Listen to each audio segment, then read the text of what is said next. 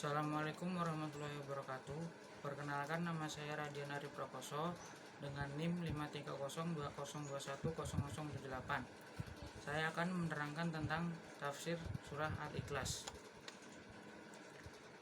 Ayat pertama berbunyi Qul huwallahu ahad. Kata kul membuktikan bahwa Nabi Muhammad menyampaikan segala sesuatu yang diterimanya dari ayat-ayat Al-Quran yang disampaikan oleh malaikat Jibril. Seandainya ada sesuatu yang disembunyikan atau tidak disampaikan, maka yang paling wajar untuk itu adalah semacam kata kul ini. Selanjutnya, kata huwa pada kul huwallahu ahad dinamai domir hal. Menurut Mutawalli Asy-Sya'rawi, Allah adalah ghaib, tetapi keghaibannya itu mencapai tingkat syahadat atau nyata melalui ciptaannya. Dengan demikian, jika Allah berkata huwa, maka ketika itu juga andai bagaikan berkata bahwa yang sebenarnya adalah Allah Maha Esa, baik Anda mengesahkannya maupun tidak. Kata Allah adalah nama bagi suatu wujud yang berhak disembah, pencipta, pemelihara, dan pengatur seluruh jagat raya.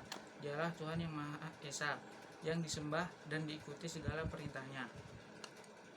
Selanjutnya, kata ahad terambil dari kata wahidah, seperti juga kata wahid yang berarti satu. Kata ahad bisa berfungsi sebagai nama dan bisa juga sebagai sifat bagi sesuatu. Apabila ia berkedudukan sebagai sifat, maka ia hanya digunakan untuk Allah Subhanahu wa Ta'ala semata.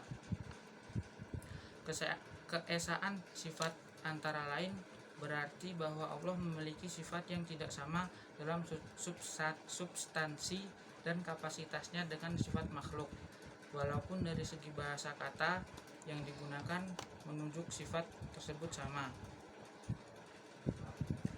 Ayat kedua berbunyi Allahus Shomad.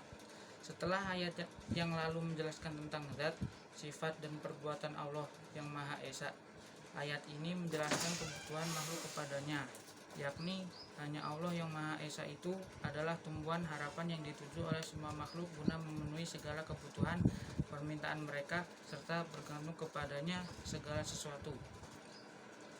Kata as-somad terambil dari kata kerja somada yang berarti menuju. As-somad adalah kata jadian yang berarti yang dituju.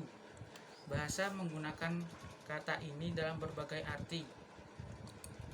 Namun ada dua diantaranya yang sangat populer, yaitu sesuatu yang tidak memiliki rongga dan sesuatu yang menjadi tumpuan harapan.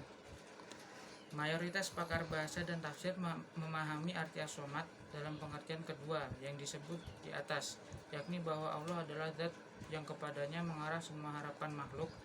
Dia yang didambakan dalam pemenuhan kebutuhan makhluk serta penanggulangan kesulitan mereka.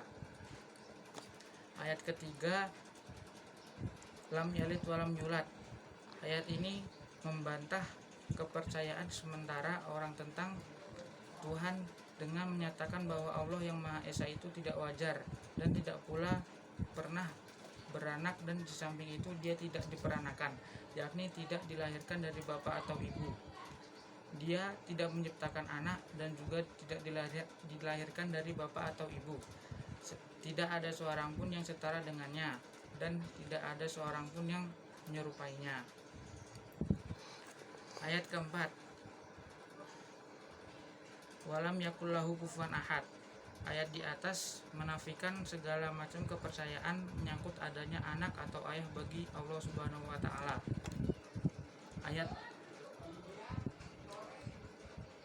Ayat ini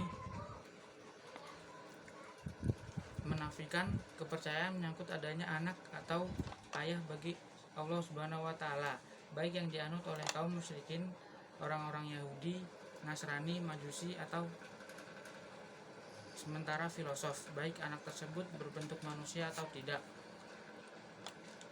Setelah menjelaskan bahwa Allah tidak beranak dan tidak diperanakan, ayat ini menafikan sekali lagi segala sesuatu yang menyamainya, baik sebagai anak atau bapak atau selainnya, dengan menyatakan tidak ada satupun baik dalam imajinasi apalagi dalam kenyataan yang setara dengannya. dan tidak juga ada sesuatu pun yang menyerupainya. Demikian surah Al-Ikhlas menetapkan keesaan Allah secara murni dan menafikan segala macam kemusyrikan terhadapnya. Sekian, wassalamualaikum warahmatullahi wabarakatuh.